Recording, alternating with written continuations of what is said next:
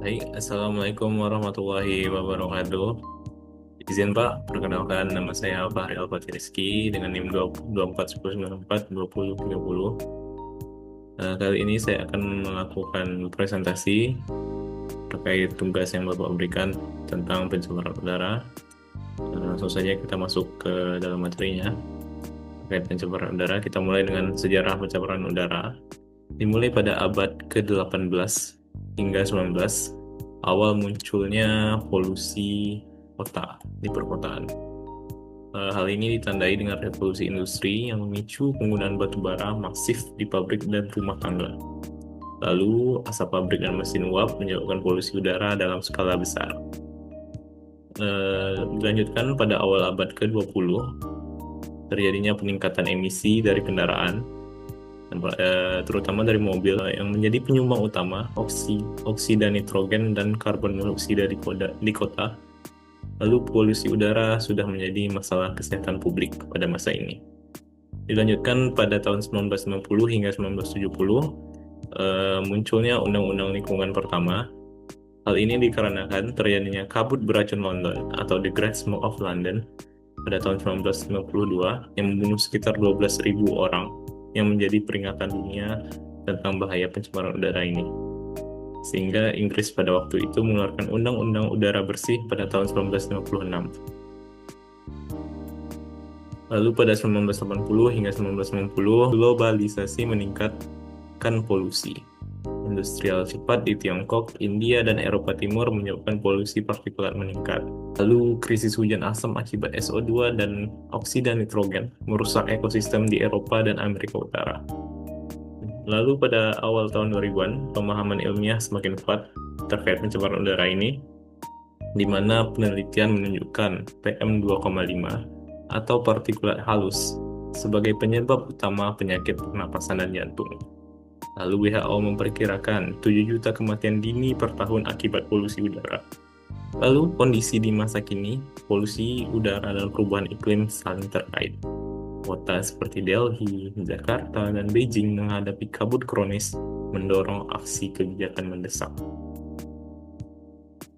Lalu kita masuk ke sumber pencemaran udara yang dibagi dua, yaitu pertama alami, yang disebabkan oleh bencana alam seperti letusan gunung, kebakaran hutan, debu vulkanik, dan partikel laut. Lalu antropogenik, yaitu yang disebabkan oleh manusia, seperti emisi kendaraan bermotor, industri, pembakaran sampah, serta pertanian. Lalu kita masuk ke jenis-jenis pencemaran udara. Pertama ada pencemar primer yang langsung dilepaskan ke udara, seperti karbon monoksida, sulfur dioksida, oksida nitrogen, debu halus, senyawa organik volatil.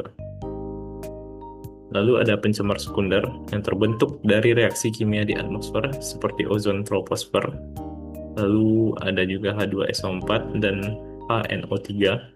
Lalu ada smoke fotokimia, yaitu kabut asap coklat di kota besar akibat reaksi polutan primer dengan cahaya matahari.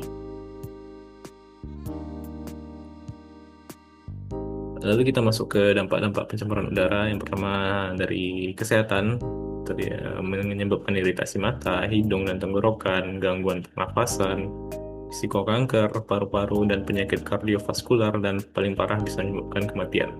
Lalu pada iklim, menyebabkan gas rumah kaca, pemanasan global, mengganggunya radiasi matahari, dan penipisan lapisan ozon.